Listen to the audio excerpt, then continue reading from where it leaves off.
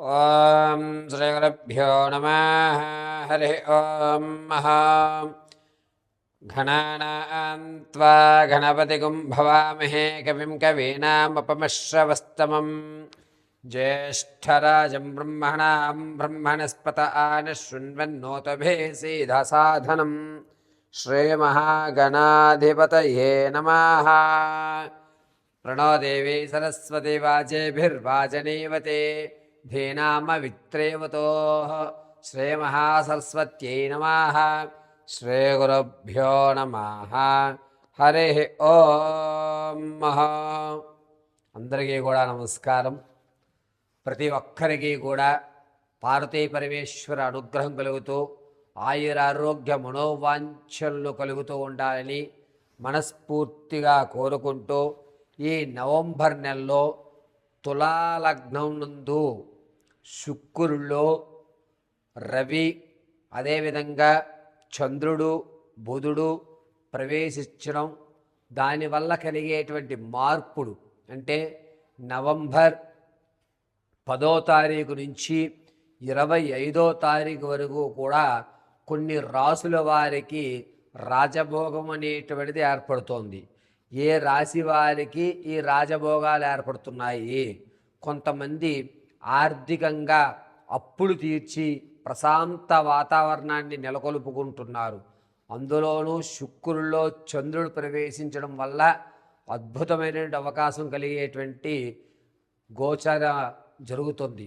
ఇవన్నీ కూడాను నవంబర్ నెలలో శుక్రుడితో రవి చంద్రుడు బుధుడు ఏ రోజులు కలయిక జరుగుతోంది, దానివల్ల జరిగేటువంటి ద్వాదశ రాశి వారి యొక్క ఫలితాలు ఏ విధంగా ఉండబోతున్నాయి, దీన్ని ఉపయోగించుకుని ఇప్పుడు ఈ సమయంలో మనకి ఏదన్నా ఒక గోల్డెన్ ఆపర్చునిటీ వస్తుందా, దాన్ని ఏ విధంగా సద్వినియోగపరుచుకోవాలి, ఏదన్నా ప్రమాదాలు జరిగేటువంటి అవకాశం ఉందా, ఆ అవకాశం ఉంటే కనుక ప్రమాదాలు జరిగే అవకాశం ఉంటే శృతిలో ఎలా తప్పించుకోవాలి, ఏ దేవతామూర్తిని మనం ఈ 25వ తారీఖు వరకు కూడా ఆచరిస్తే మనకి ఏ విధమైనటువంటి లాభయుక్తం జరుగుతాయి, మనం ఒక స్థాయి అనేటువంటిది ఎప్పుడు మారుతుంది అనేటువంటి ఈ ద్వాదశ రాశి ఫలితాల్లో తులారాశి యుక్తంలోకి శుక్రుడు అందలి రవి చంద్రుడు బుధుడు ఏ రోజు మారుతున్నారు, ఈ మార్పుల వల్ల జరిగేటువంటి పరిణామాలు ఏ విధంగా ఉండబోతున్నాయి, దీని పరిష్కారాలు ఏమిటి, తాత ముత్తాతల నుంచి సంభవించేటువంటి ఆస్తి వ్యవస్థలు ఏమన్నా మనకి అందిపుచ్చుకుంటామా, భార్యాభర్తల మధ్య కీచులాట్లు పెరుగుతాయా అనేటువంటి విషయాలు కూలంకషంగా పరిశీలన చేద్దాం. ఈ 10వ తారీఖు నుంచి ప్రారంభం చేసుకుని 25వ తారీఖు వరకు కూడా శుక్రుడు రాక్షసుల అధిపతి గురువుడు కాబట్టి, అందులోనూ శుక్రాచార్య యొక్క అనుగ్రహం ఉంటే అనుకున్నటువంటి పనులు ఉన్నతమైన స్థాయిలో పూర్తయ్యి మన పేరు ప్రఖ్యాతులు ఎదగడానికి ఒక అద్భుతమైన అవకాశం కలుగుతుంది. ఈ ద్వాదశ రాశుల్లో వారికి కూడా 5 రాశుల వారికి అద్భుతంగా ఈ 25 వరకు ఒక గోల్డెన్ పీరియడ్గా చెప్పచ్చు. ఏ రాశి వారికి ఈ గోల్డెన్ అవకాశాలు ఏర్పడుతున్నాయి, ఈ ద్వాదశ రాశుల్లో ఏ రాశి వారు ఆర్థిక సమస్యల నుంచి బయటపడిపోతున్నారు అనేటువంటి విషయాన్ని మనం కూలంకషంగా పరిశీలన చేసుకుందాం. అంతేకాకుండా వచ్చేటువంటి ప్రమాదాలు తప్పించుకోవడానికి ఏ మూలమంత్రాన్ని మనం పఠించుకోవాలి అనేటువంటి విషయాన్ని కూడా మీకు అమ్మవారి అనుగ్రహంతో నాకు ఉన్నటువంటి జ్ఞానాన్ని ఉపయోగించి చెప్పడం జరుగుతుంది.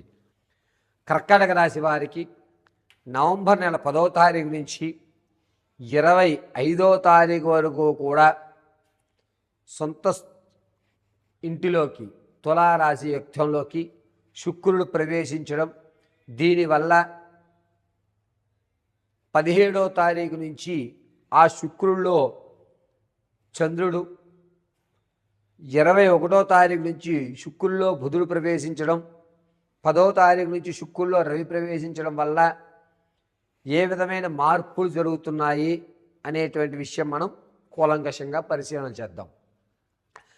10వ తారీఖు నుంచి 17వ తారీఖు వరకు కూడా శుక్రుల్లో రవి ప్రవేశించడం వల్ల మీరు అనుకునే ప్రమోషన్ రావడం, జనాల్లో ఆదరణ పెరగడం, మీకంటూ ఒక పెద్దపీట వేయడం, ఈ పని కేవలం నీ వల్లే అవుతుంది, నువ్వే ఏదన్నా చేయగలవు, నీ చేతిలో తెలియని ఒక మహత్యం ఉంది, నీ మాట తీరు వల్ల ఎదుటివారు నిన్ను మౌలు చేస్తారు, నువ్వు ఎవరినన్నా ఏదైనా చేసి పని సాధించగలవు అని మానసిక ఆనందం కలుగుతుంది. ప్రతి పనిలో కూడా విజయం అనేటువంటి సాధిస్తూ ఉంటారు. ఎప్పటి నుంచో మీకు రావలసినటువంటి ధనం కానీ లేకపోతే విడిపోయినటువంటి బంధాలు కానీ కలవడం అనేది జరుగుతుంది. ఆహా, నేను అనుకున్నవన్నీ అవుతున్నాయి, నాకు 6 సెన్స్ పనిచేస్తుంది, ఇన్ని రోజులకి నాకు బలం వచ్చింది అని ఒక నమ్మకంతో కర్కాటక రాశి వారు 20వ తారీఖు వరకు నడుస్తూ ఉంటుంది. 20వ తారీఖు నుంచి ప్రారంభం చేసుకుని 25వ తారీఖు వరకు కూడా ఆర్థిక పరంగా మీకు ఎదగడానికి ఒక స్లీపింగ్ పార్ట్నర్ దొరకడం కానీ లేకపోతే ఒక మంచి ఉద్యోగంలో మీరు ప్రవేశించడం కానీ జరుగుతుంది. గోల్డెన్ ఛాన్స్ అనేటువంటిది కర్కాటక రాశి వారికి 20వ తారీఖు నుంచి 25 వరకు ఖచ్చితంగా ఏర్పడుతోంది. అది ఆస్తి రానివ్వండి, అనూహ్యంగా ధనం రానివ్వండి, మీరు అనుకున్నటువంటి పనులకి మార్గాలు కనబడటం కానివ్వండి, ఏదన్నా సరే ఒక అద్భుతమైన అవకాశం కర్కాటక రాశి వారికి 20వ తారీఖు నుంచి 25 వరకు లభిస్తుందని చెప్పచ్చు. ఆరోగ్యపరంగా మాత్రం కొంచెం జాగ్రత్తగా ఉండాలి. 12వ తారీఖు నుంచి ప్రారంభం చేసుకుని 18వ తారీఖు మధ్య వ్యవధిలో చెవికి సంబంధించి కానీ లేదా ముక్కుకి సంబంధించి కానీ రక్తం కారడం, ఇబ్బంది రాయడం, ఈ ముక్కు లోపల ఉన్నటువంటి దూలం వ్యవస్థ కొంచెం ఇబ్బంది కలగడం, కర్ణవేరికి సంబంధించి కొన్ని ఇబ్బందులు కలగడం అనేటువంటిది ఎక్కువ అవుతూ ఉంటుంది. అది పెద్ద వ్యవస్థగా చెప్పవలసిన అవసరం లేదు. కాస్త డాక్టర్ గారి పర్యవేక్షణ 1-2-3 రోజులు మీరు ఆ సలహాలు సంప్రదింపులు తీసుకుంటే కనుక సెట్ అయిపోతారు.